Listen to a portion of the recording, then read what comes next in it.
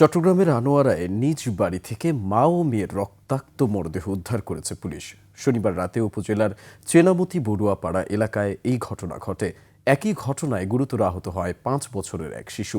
চট্টগ্রাম প্রতিনিধি শাহাদাত হোসেনের তথ্য ও ভিডিওতে ডেস্ক রিপোর্ট।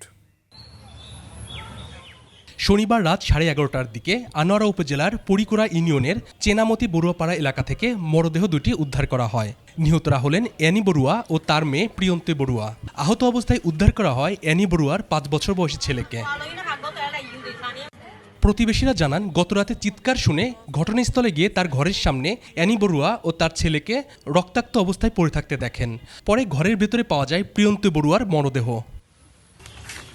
খবর পেয়ে আনোয়ারা থানার পুলিশ ঘটনাস্থলে পৌঁছে মা ও মেয়ের মরদেহ উদ্ধার করে।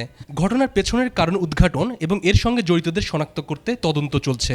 আমরা যাওয়ার পরে গিয়ে দেখলাম আসলে অলরেডি তারা ডেড।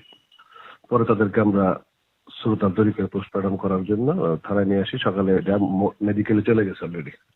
এখন আমরা এদের যে সাসপেক্টেড যে আছে আমরা তাদেরকে গ্রেফতারের জন্য কাজ করতেছি। আহত শিশু প্রিয়ন্তী চট্টগ্রাম মেডিকেল কলেজ হাসপাতালে চিকিৎসাধীন রয়েছে। মনোয়ার হোসাইন, ২১ টেলিভিশন।